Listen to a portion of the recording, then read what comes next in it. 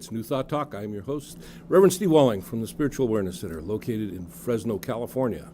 Fresno is the heart of the Central Valley, and Central Valley is the heart of the great state of California. I'm glad to be here. I'm glad you're here. It's a great day. It's a great day because we started the day making that declaration, or at least I hope you did. I know I did. And I've been talking, last week I talked about happiness, and we're going to continue on with this theme of it's not really finding happiness, because happiness is not something that can be found. It's not a destination. It's not a place. Happiness is something that already exists within each and every one of us. It already exists within each and every one of us. That's kind of a concept that a lot of people take issue with, but in fact, that's where it's at. And so we're going to move forward with that this week, and depending on how things go, we may cover a little bit more on our next show. I usually don't do a series like this, but happiness is one of those things that's it's such a big part of our life that's missing for a lot of people most of the time.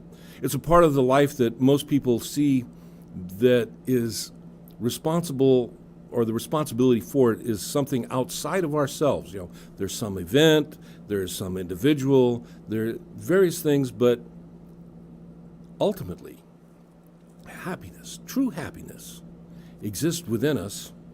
We just have to recognize the gift that God gave us in the creation of our beingness and the potential for all the good in our life that exists there. Reality, what we call reality, materiality, what materialists will call the real world, tells us that there's limitation, lack, there's all sorts of, terrible things. But if you look at, like we do in Science of Mind, Religious Science, New Thought, if you look at the divine principle, the creator of all that is, that which we call God or source or goddess, or whatever word that we use to relate to it, that as an everywhere present presence, happiness cannot be vacant or void from any place. But we don't experience it, and that's the situation that so many of us have as our day-to-day life experience, and that's because we have been brought up, we've been raised, we've been taught, we've been, propagandized, if you will, with the concept that we are individually separate from. Now, you can spread that out over a whole gamut of things. We're separate from our families, we're separate from God, we're separate from society, we're separate, and on and on and on. And the truth is, again, going back to this understanding that if God is everywhere present, Spirit is everywhere present, there is no separation. Now, there is an individualization, and we've talked about that. So we're going to pick up today on this concept of recognizing the happiness that's there, that is ours to experience. And the thing is, it's ours to experience throughout all that life brings at us. And boy, life can bring a bunch of stuff at us. As I said last week and many weeks before, life comes at us at the speed of life, and that is so very true. But when you realize that God, Spirit, is always with you, no matter what life brings at us, no matter how fast it comes, we're never alone. We're never backed in that corner where we have no other choice or we have no other option. And yet for so many people in the world today, that seems to be, where they're stuck oftentimes. You hear it I hear it as a minister, I hear it just as an individual, that I had no other choice. But we have other choices. And the power that we have, the true power that we have, is in the realization that we have other choices. So the other choice that we're talking about today, we're talking about happiness and recognizing our ability to be happy through. Now, it doesn't mean that we're giddy, and it doesn't mean that we're always joyful. I'm talking about more of a trend of consciousness, a trend of beingness, okay? So please don't take me out of context here. Now, one of my little books that I have, and it's kind of coming apart, as you can see. It's a great little book, like many other great little books that Ernest Holmes wrote, and this one's entitled The Philosophy of Jesus for the World Today. And if you are a New Thought individual and you don't have this in your library, I highly recommend that you get it. It's an easy read, but it's got some very powerful stuff in it. So, looking at page 34, I'm going to read here. It says, the sum total of all our thinking really decides what is going on. and what's going to happen to us. We actually can change our thinking and cause the very law that limited us to bring us to freedom. What more could we ask, he says? What more could be given than this? Jesus says, he quotes, "If you know these things, happy are you if you do them." So let's proceed to the doing. To the doing. Going back to the doing. What are we doing? Well, in science of mind, religious science, we utilize this book, and it's called The Science of Mind. It's written by Ernest Holmes. This is it's a guide, if you will, kind of an informational resource as we proceed through our spiritual journey, as we come to realize that our connectedness with God, our connectedness with Spirit, our beingness in this physical reality is not an accident, and we're not alone, and we're not meant to suffer in this life. Now, that doesn't mean that life shouldn't be a struggle. Struggle brings strength with it. I mean, you look at someone that is a weight trainer. They struggle to lift the weights up. You look at someone that's a trained athlete. They have to struggle to grow. You look at musicians. They struggle through the early phases of learning their particular instrument to gain mastery. And in our spiritual journey, there is a level that you could call it struggle, you could call it work, but it's definitely a doingness. It's something that we aren't just are. It's something that we must do. And the reason why we must do it is because this great gift that we've been given requires that we come to certain realizations, that we grow our faith, we grow our belief, we grow our understanding of our place in the world, in the universe, in reality. And that's what Ernest Holmes was teaching when he created this philosophy that we call the science of mind and spirit. One of the things that we utilize in this is something we call treatment or affirmative prayer. In New Thought, the various denominations or sects, if you will, they all approach this in similar ways, not exactly the same, but the basic premise is that we have a connectedness with God because God exists at the core, the center of our being. Therefore, we don't go to a God out there somewhere and ask for something. We open ourselves up within ourselves to the recognition of the truth of who we are, and then we make that declaration. Because as we make that declaration, that really is the divine presence within us making that declaration. And if it is in alignment with principle, with God, and it brings good into the world, we can have an expectation to see a demonstration in our life experience at the level of our belief. So this thing called treatment is part of this doingness. And I want to read to you from The Science of Mind, and this is in the chapter called Mental and Spiritual Treatment. And Dr. Holmes says, in treatment, we turn entirely away from the condition because as long as we look at it, we cannot overcome it. By thinking upon a condition, we tend to animate it with the life of our thought, and thereby it is perpetuated and magnified. When we look at those things in our life that we think bring us unhappiness, and in truth, they don't bring us unhappiness. We have just made the inner choice, if you will, to experience unhappiness as our beingness at that time because of our beliefs. And there's a whole lot of psychological, neurological research behind the idea that our beliefs create our reality. So that's if you want to use the phrase settled science, it's pretty solid. As we believe, it's done unto us. As we believe, we experience reality. And so when we begin to start our daily spiritual practices, and that's important that we daily spend time in spiritual practice, because in the doingness of that, just like in learning to be a master musician or any other skill, in that daily doing this, what we're doing, it's not just that we're doing it or creating a habit, but in reality, what we're doing is we're rewiring our brain.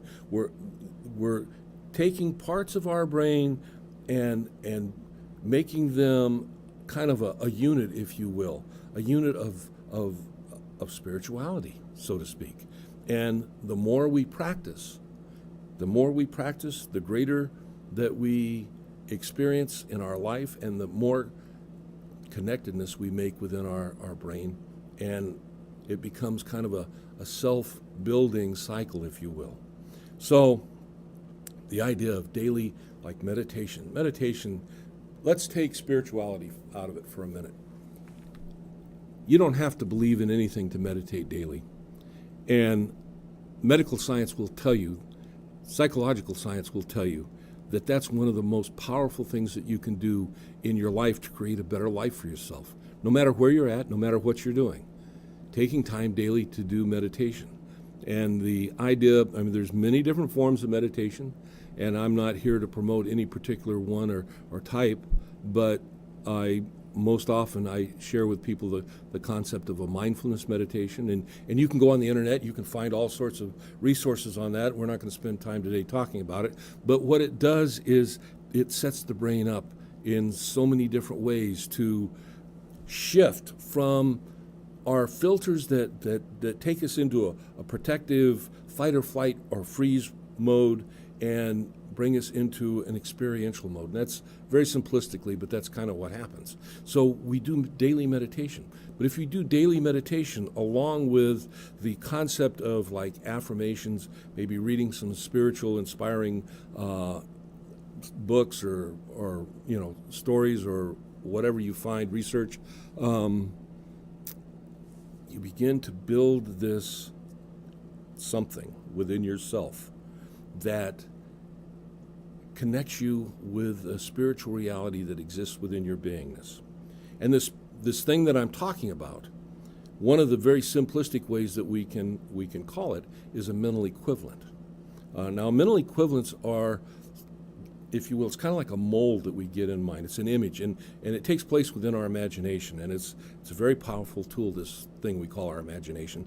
But the mental equivalent of our place in the universe, the mental equivalent of our spiritual understanding of ourself, as we create this in our imagination, we see it expressed in our life experience.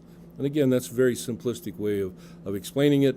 There's a lot more you can learn about it. We're not going to take that time today, but I want to read you a couple things about mental equivalents. And the first thing is another little book by Ernest Holmes. It's called The Hidden Power of the Bible.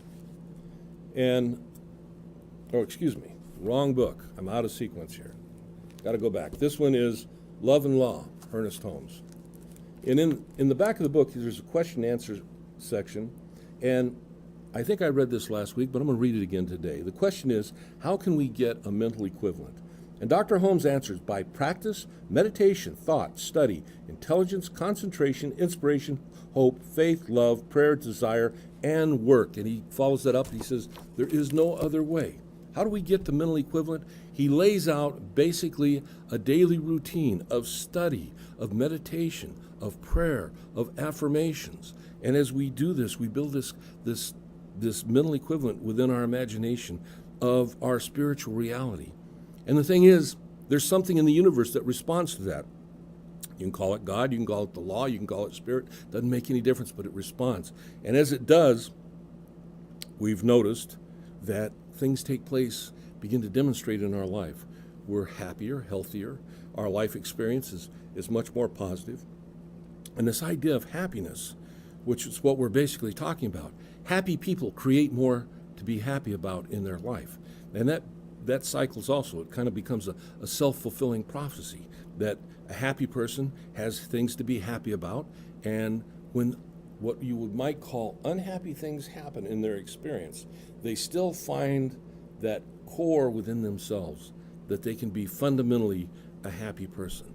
They may experience the sadness, they may experience, whatever the issue is, but they're not so traumatized by it that their life tends to fall away. And yet we see this in so many people in their life. That's one of the things this thing called PTSD is all about.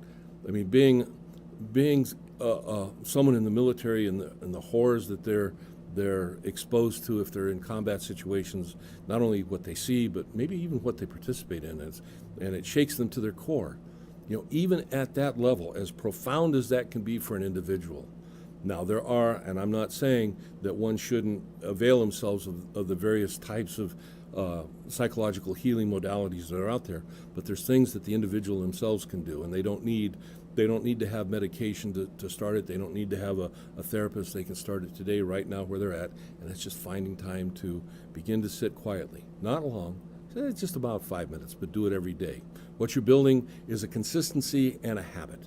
And then as you move forward, we'll talk about other things you can do. But that's where we start, okay? So we talked about it.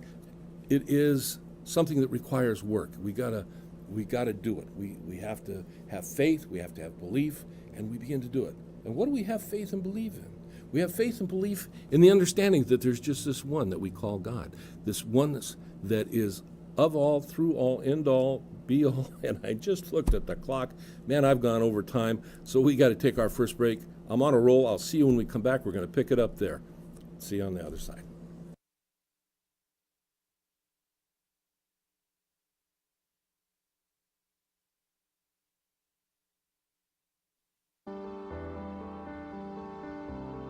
Linda Lee Kane is an author of fantasies, thrillers, contemporary fiction, and children's books. Order a book by Linda Lee Kane on Amazon or on lindaleekane.com.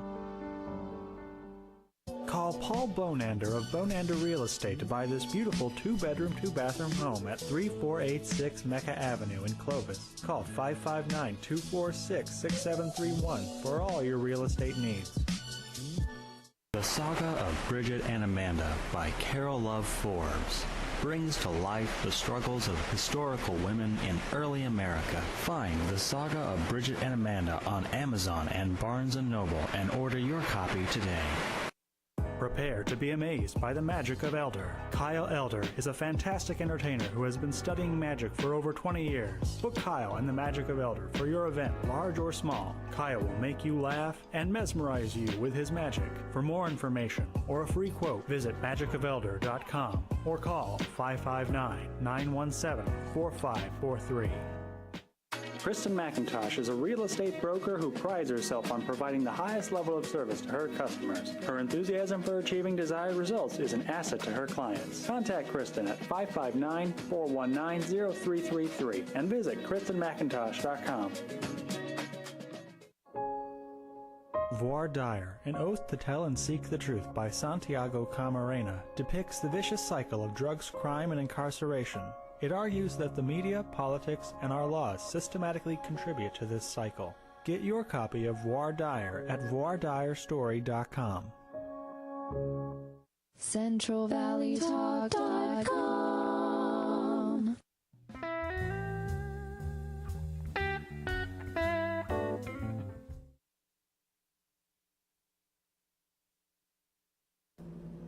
Welcome back to New Thought Talk. I'm your host, the Reverend Steve Walling, from the Spiritual Awareness Center, located in Fresno, California.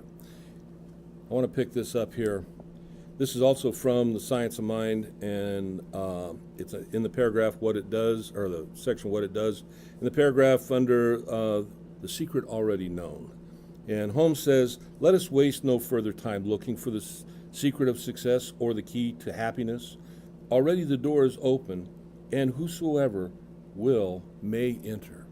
We don't have to look for it. The door is open, but that door exists within us. And he goes on to say, undoubtedly, each of us is now demonstrating his or her concept of life. What you are experiencing in life right now, your life experience, is a demonstration of what's going on inside of you. What we believe is what we see in our life experience. We create our own reality. Those are simplistic things. There's a lot of depth behind them, and we'll get to them at some point, probably in a future program. But anyway, he goes on to say, trained thought is far more powerful than untrained. So once you begin to learn and train yourself, you can begin to direct, if you will, how you experience life. And the one who gives conscious power to his thought should be more careful about what he thinks or she thinks than one who does not. The more power one gives to his or her thought, the more completely they believe that their thought has power, the more power they will have, and that is true. But it's not an intellectual thing. You know, we get into new thought, and we think and we think and we think. but it's not about a thinkingness, an intellectualization. And we've talked about that before. It's about the embodiment of it, and the embodiment comes through practice. So practice is where we got to go. Practice is what we got to do. But practice requires a recognition that there's something to practice. And that's where this whole concept comes into play. That's how Science of Mind came into being, or some of the other New Thought studies. Now, going back to the book, The Hidden Power of the Bible by Ernest Holmes, and under the section where he says, the purpose of religious science. The whole purpose of religious science is to reconcile the apparent separation of the spiritual world, which must be perfect, with the material world, which appears imperfect. The spiritual world is the cause of the material. We are spiritual beings governed by mental law. Only that world can appear to us which we mentally perceive. Man's experience is the logical outcome of his inner vision. His horizon is limited to the confines of his own consciousness. That's what we've been talking about. Our horizon is limited to the confines of our own consciousness. If we perceive life to be a mix of so-so, our life experience is a mix of so-so. If we perceive life to be good and harmonious, if that's our perception, not our intellectualization, but our perception based on our total belief and trend of thinking, then that's what we're going to see in life. But like most of us, because we grow up in a materiality, not only, and we talked about this thing called the collective unconsciousness or race consciousness, not only are we influenced by the negativity in our family of people that have struggled, they haven't learned any, to go beyond where they grew up with. And then there's this thing called race consciousness or collective unconsciousness, which tends to have a great effect on how we interact with life, our thoughts that we think. All this kind of bundles itself up in that part of our consciousness that we call our unconscious or our subjective mind, but that is responsible for about 80, they say, depending on what expert you listen to, between 70 and 90% of the total thinking that we do all day long, how we use our brain. They used to say that we use 10 to 20% of our brain, and the rest of it just kind of sits by idly or something, I don't know. But new neuroscience shows that we use 100% of our brain. But it's how we use it that determines so much of how it works for us. And our brain is a tool that we can use to work for us when we understand that we can make it work for us. We are not our brain is not us. We are something beyond that. We are a spiritual being. Now, people often get kind of wrapped up in the idea that we're a spiritual being having a physical expression that we call life. Actually, we're a spiritual being living in a spiritual universe that has a physical component. And the difference in understanding it, looking at it that way, is if we're a spiritual being having a physical expression called life, we may or may not be able to have an effect on that physical expression that we call life. But if we're a spiritual being living in a spiritual universe that has a physical component, then that physical component is still part of the spiritual universe. And if we are able to, through our spiritual practices, have an effect on how we interact and experience life, then we change our life experience. And that's where the true connectedness with us and our source, our power, and our belief systems really open things up for us. It's done unto us as we believe. That's what the master teacher taught. But what does that mean? Done unto us as we believe. We get caught up in the duality, if you will, between what we think we believe, that in our conscious mind, and what we believe in our subjective mind. And oftentimes there's conflict there. We know that there's conflict there because we can look at our life experience, and what we think we believe is not the life that we're experiencing. Well, if we're involved in the creation of the experience that we call our life, and what we see out here is not what we think we believe, then we hold beliefs that are not necessarily affirming to the type of life experience we want to have. Now, once we realize that, then we can begin to address that. Now, there are many different modalities that one can address that. There's various fields in psychology, psychiatry. There's various drugs that people can take, pharmacology.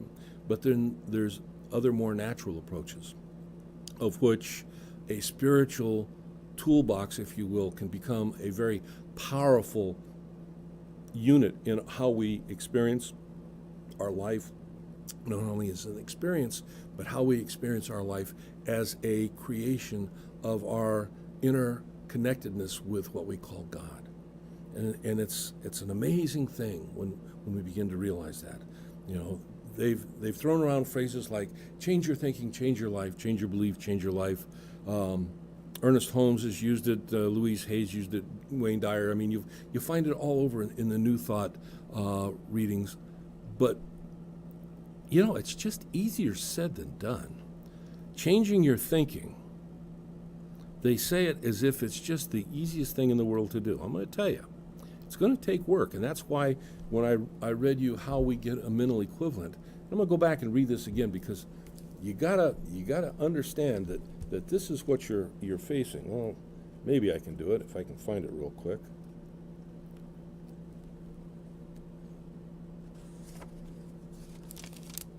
Okay. Ernest Holmes says, by practice, meditation, thought, study, intelligence, concentration, inspiration, hope, faith, love, prayer, desire, and work. By practice. That's the first thing he points out. Practice. We have to practice. We can't just say, I believe in spirit, and I believe that spirit is all there is. What does that mean when you say you believe in spirit and spirit is all that is? You know, is that an embodied beingness that you have, or is it just something that you hold in your mind as a memory of words that you've said that sound good, that sound like, man, maybe I want to be involved with that? Have you taken that to the next step? Have you moved beyond that? Meditation. Meditation is not an absolute necessity, but it's a very powerful tool. Thought. Now, thought is where we begin to see, you know, oftentimes they talk about where the rubber meets the road. The rubber meets the road in thought, what we think.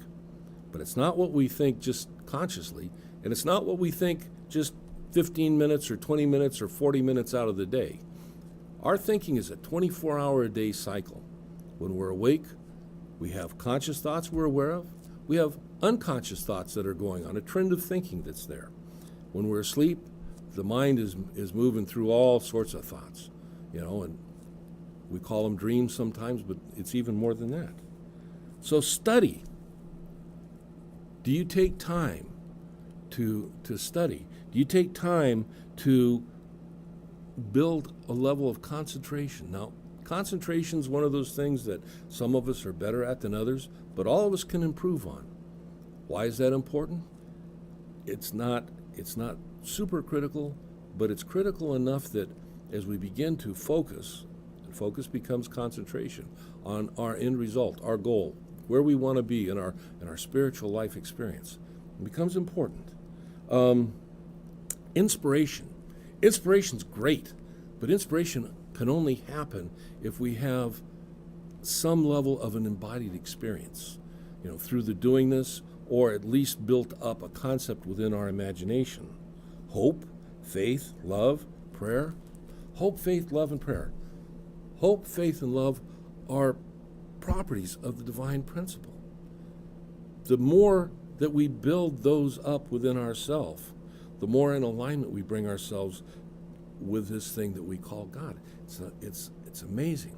But we can do that, and as we do that, we begin to have a feeling, if you will.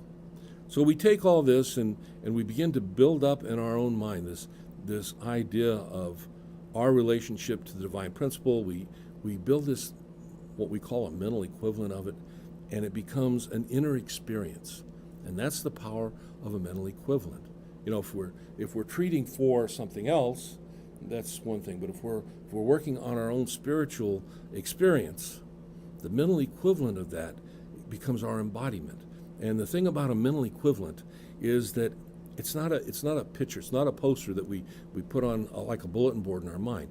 Our mental equivalent, we flesh out, we build out, we make it not just a three-dimensional, but maybe a 4 or 5, 6-dimensional, depending on how you relate dimensionally. There are people that can get really into it, but the thing is, it becomes an inner experience. And as that becomes an inner experience, then we see it play out in our life. So that when life brings things to us that are not necessarily of a positive nature, we're ready for it. We're solid. We're grounded. One of the other things that we do, or should be doing, is looking at how we interact with the physical world. Do you know today's a terrible news day? Now, I don't know what day it is that you're going to be watching this, but I know it's a terrible news day because every day is a terrible news day. If you watch the news, you build up all those feelings inside of you of, limitation, anger, angst, anxiety, sadness, whatever. And the more you build that up, the more that holds a place in your consciousness, in your beingness. That doesn't mean we turn our back on the world, we turn our back on things that need to be done, but how we interact with the world. We were told many years ago that we interact with the world from a presence of love. Man, that can be tough, can't it? I mean, you look at whatever's going on out there that's got under your skin or that's irritated you, or you just know it's wrong.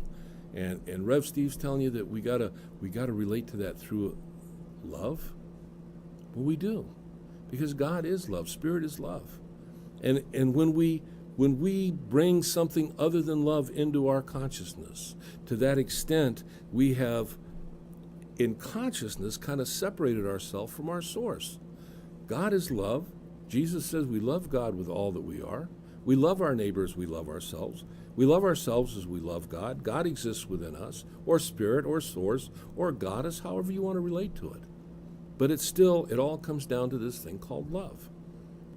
You cannot hold love in your heart at the same time that you hold hate. You can't do it. There's two spots in the places in the Science of Mind. One of them is page 285, and the other one's page 430. I'm going to go to page 430. I'm going to read this to you here.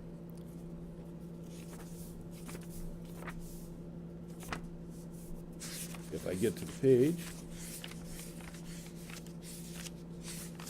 On page 430, under the title The Altar of Faith, and this is from Matthew 5:23, if you happen to be interested in where it comes from. Again, Jesus tells us that our gifts brought to the altar of life are unacceptable while there is aught between us and our fellow man. Aught. Aught is anything that we hold that is not in alignment with truth, divine principle, or that which we call love. Here's a hard saying. We cannot always please our fellow man. Human experience has taught us that this is impossible. What attitude, then, must we assume? And he says this: whether we please or whether we displease, we need to have no personal animosity towards others. Now, that has nothing to do with something going on. It has to do with our relationship with other people. Not some other people, all other people. We get caught up, we get passionate, we get tied into our stuff, whatever it is, and that kind of goes out the window. Sometimes that's the first thing that goes out the window. But we can't let that go. We can't have animus. We can't bring our gift to the altar. We cannot come to our relationship with God, with principle, when we hold something other than love in our heart towards our fellow people, our neighbors, our friends, our opponents. It's a hard, Holmes says it's a hard teaching, but it's very true. And what the mistake that most of us make is in thinking that if we do that we've given in somehow. And boy, don't we all hate to give in when we know that we're right. You don't want to give in because you're right in your position. Whatever your position is, well, the realization that you need to be right in your relationship with someone else is kind of a key that something's not quite in sync with harmony. Now, again, that doesn't mean that you can accept what someone else is doing as being okay, but when you interact with that someone, you do from a space of a loving connectedness. And people say, well, then that means we're giving up. No, you're not giving up. What you're doing is you're making a connection through the divine, through Source, through Spirit, through God, to someone else. And in the short term, particularly as we first start, things may not seem to be working the way we want to. But as we grow and as people grow, as individuals grow, as the numbers of people that embody this in their life, people change. You know, if the world was straight materiality, the idea of lack, limitation, and having to be right would be very solid, but it's not. It's a spiritual world, a spiritual universe, and we're spiritual beings. And we're all connected in spirit. So as we're seeking to build happiness within ourselves, we can't be happy when we hold hate. You know, we think we can be happy if we're just right. But you'll find that the need to be right the next time and the need to be right the next time will always keep you in a sense of unhappiness. So we're seeking now to move beyond just the idea of needing to be right to experiencing a spiritual connectedness with all of the createdness that God has brought to the universe. And that's what we call being spiritual, or part of it anyway. And so I'm going to take my next break. We're going to come back. We're going to talk about what is spirituality. Where are we going with this? You know, as we move through we want to be happy. We want to have a good life. And so what is this idea of being spiritual? So I'll see you when we come back from our break.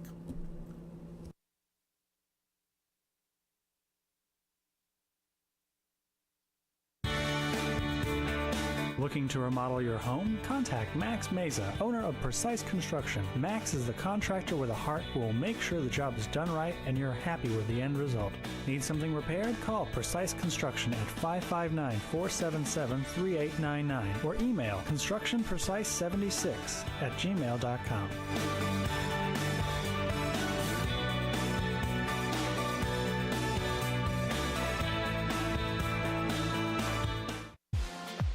Lease or buy this modern 2-story Spanish-style building with private offices, open workspace, 2 restrooms, and a break room. This commercial office building is located at 10 East Olive in the Tower District. The floor plan is designed for easy conversion, and all interior walls are movable. Parking available at the back of the building in a fence-secure lot. Call Mike Briggs Properties at 559-486-6758 or visit MikeBriggsProperties.com. The Narrow Gauge Inn is your home away from home with 26 rooms offering majestic mountain views, private decks, and an atmosphere of true relaxation. Located just 4 miles from the south entrance to Yosemite National Park, the Narrow Gauge Inn is the perfect base for all your Yosemite adventures. Make your reservation now at narrowgaugeinn.com or call 559-683-7720.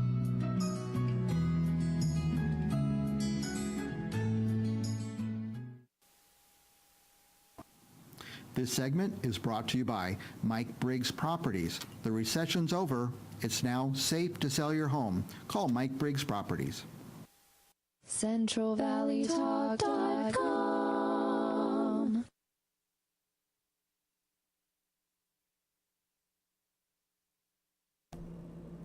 Welcome back to New Thought Talk. I'm your host, Reverend Steve Walling from the Spiritual Awareness Center located in Fresno, California.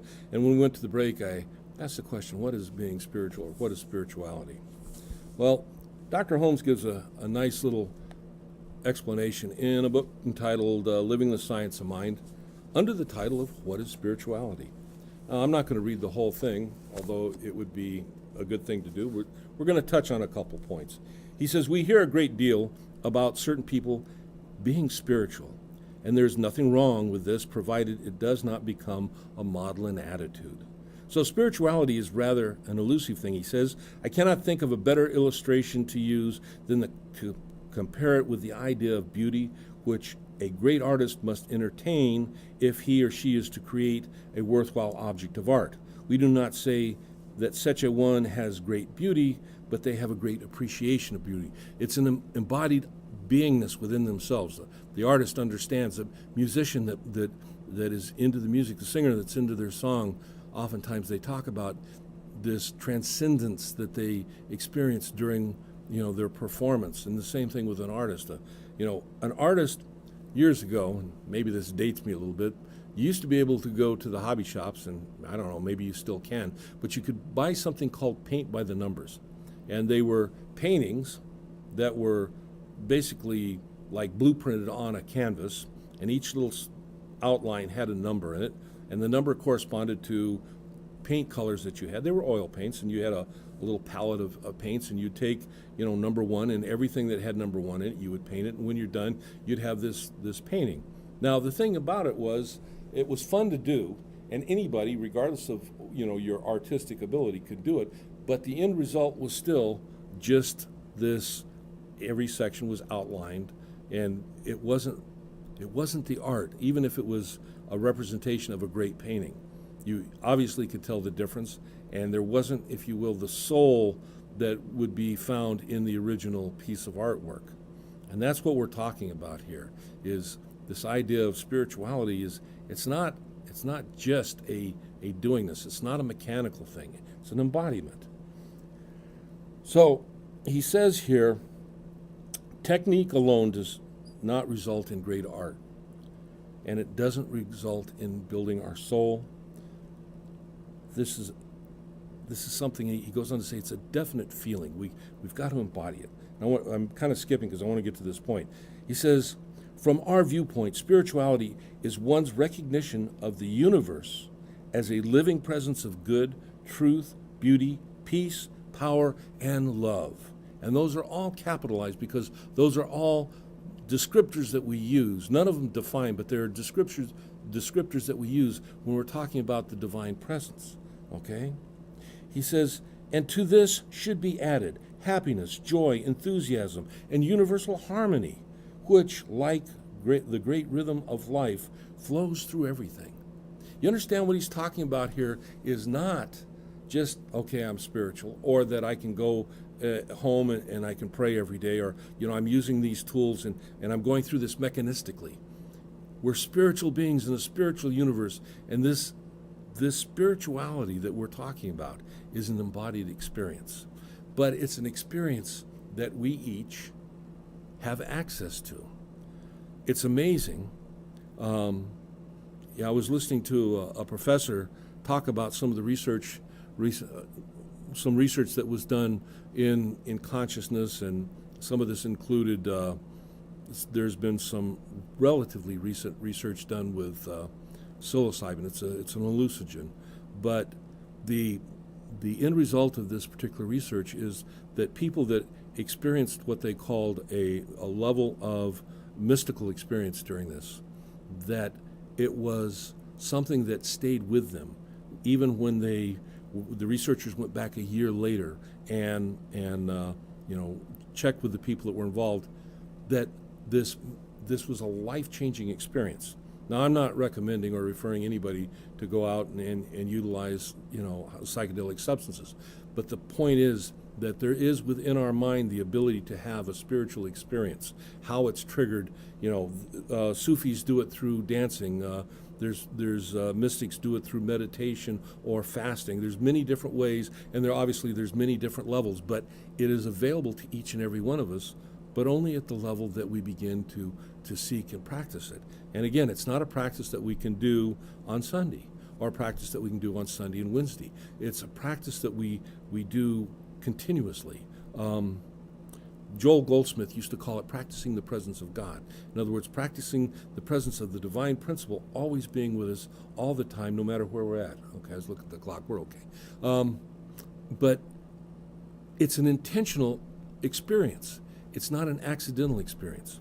So as we enjoin our pathway, our spiritual journey, whether you are someone that utilizes New Thought or any of the other spiritual practices, or if you're a non-believer but still want to, create a spiritual experience for yourself, there are things that you can do. And we talk about them, like meditation and affirmations and so on. But all of them ultimately lead to, and I'm kind of wrapping this around now, to this inner place of harmony. I just read you what Holmes was talking about. One of the things was love, happiness, and joy, and unification and harmony. And none of this takes place outside of us. And none of this requires somebody to do something for us, to give us something, for us to be involved in an experience.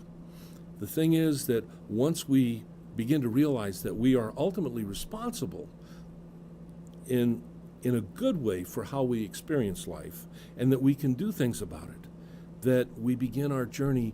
And in some sense, it's kind of a journey of healing. In some sense, it's kind of a journey of adventure. In some sense, it's a journey of creating harmony in our life, moving from chaos, if you will, to order in our life experience. But the thing is that with the understanding that the divine principle is everywhere present, that you are an expression of God expressing as you, or a goddess, or source, or whatever, that you are not only immersed in, they tell us that God moves in us, through us, around us, expresses as us. This is what it is. We move and have our beingness within this divine principle, and it moves through us at the level that we open ourselves up to the recognition that it's there. And that's where we have to go. We have to realize that we are never alone. And we start with the idea that we're never alone. Okay, if I'm never alone, where do I go to find that which is with me? Well, we start by going within, because that's where that is located. That becomes our spiritual starting point, if you will. And in that, you see, I'm talking about things spiritual, but we're really talking about creating happiness in our life, because you can't have one without the other. You can't have true happiness without a spiritual connectedness. Again, when I use the word spiritual connectedness, I'm not necessarily saying that you have to have a dogmatic belief in a God of some kind. If you want to believe that which is within you is all that is, you can still make a spiritual connectedness with that. If you want to believe that there is a God, a universal intelligence, you can do that. That happens to be the way I believe. I look out at the world, I look out at the universe, and I see the divine principle in everything, unfolding in everything. That there, the ancient, I believe it was the Hindus that said God, sleeps in the rocks and moves in the flowers and dreams in animals and awakens in humanity. And it's just a way of looking at everything, saying that everything is God expressing. That God is, one of the ways that some people understand this idea, this concept of God, is intelligence and energy, or spirit and love and law. There's many different ways we can look at it. And so, when you watch, I hope that you pick up on some of the other shows. We've got an archive in YouTube that you can go to. I don't know, we have 100 and some shows there now. Recently, some of our shows will be showing up on the New Thought channel, which is kind of exciting. But ultimately, whether you watch, whether you read, it comes down to how are you participating in your life experience. It's not something that somebody does for you. So if you're struggling and you say, well, that's real nice. You talk about happiness comes from within, but I'm struggling. I've got all sorts of stuff. Don't try to make the leap in a single bound, so to speak, but start with the very first and most powerful thing that you can do, and that is to make a choice. That's it. Well, that's a lot, really. When you make the choice, by making a choice, you are utilizing the most powerful tool in your toolbox. And you see, you may not have the tools of meditation or affirmation or various sundry things, but you have the tool of choice. And that is the primary tool that you could say that God gifted us with. Because once we understand that we can make the choice, then we begin our journey. We make the choice, and then the next thing we need to do is to be consistent in our choice.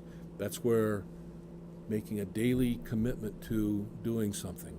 And the idea is not to do it all, because like those people that do New Year's resolutions, you'll be done in a week and you're through with it. You make a choice to do one thing. And one of the things I tell people is 5 minutes. Start with 5 minutes. If you take 5 minutes of time to begin to work on like a mindfulness meditation, or 5 minutes to even read something inspirational, or 5 minutes to do affirmations, doesn't make any difference. Take 5 minutes, but commit to that 5 minutes. When I say commit to it, that means it's not at 8 o'clock one day and 6 o'clock the next and noon the next. You commit to it at one point in time during the day. And if your schedule is such that maybe you can't do that a full 7 days, then the days that you can't, you make a conscious appointment with yourself at some other time that you can do it that day, and you do it. We can all give 5 minutes. We don't even notice 5 minutes out of an hour. You can sit for 5 minutes and twiddle your thumbs. You could just as easily sit for 5 minutes and affirm you're good. And it's not just in the affirmation or taking 5 minutes to quiet the mind. It's in your commitment and in the doing it, because in the commitment and doing it, you're creating a new habit. And habits ultimately are the bottom line where we're working at creating change in our life. See, our beliefs really are nothing more than habits that we have. Those are the things that we habitually have accepted to be true. Whether they are or not is not important. That is our reality. I have believed that this is true, my habit says this is true, and I won't break that habit until I do.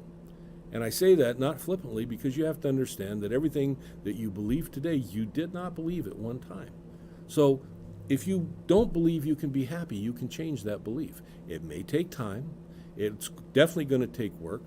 I'll go back one more time because this is important to read or to get and understand this idea that this is how change takes place.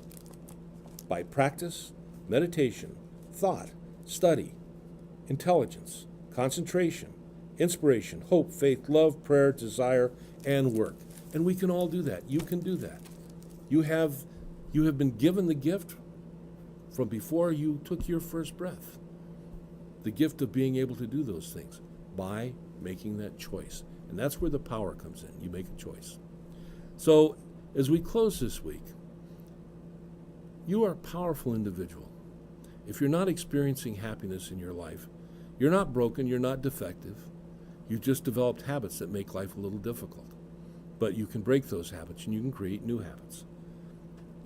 All you have to do is look at people that have changed their habits in many other parts of life experience, whether it be giving up smoking or drugs or alcohol or various, other behavioral habits that they may change.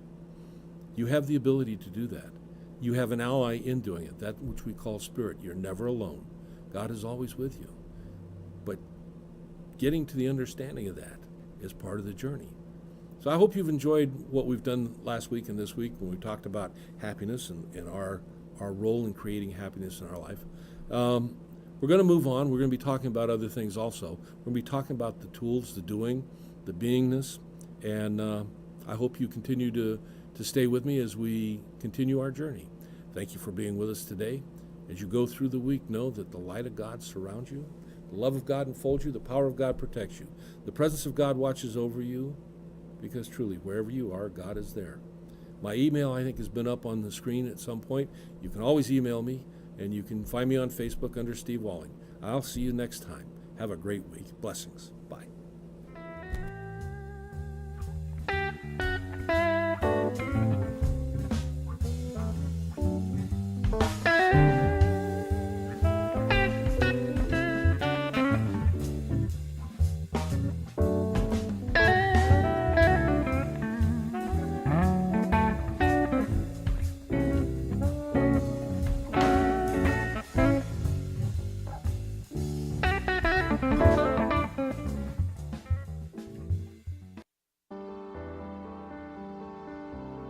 Linda Lee Kane is an author of fantasies, thrillers, contemporary fiction, and children's books. Order a book by Linda Lee Kane on Amazon or on lindaleekane.com.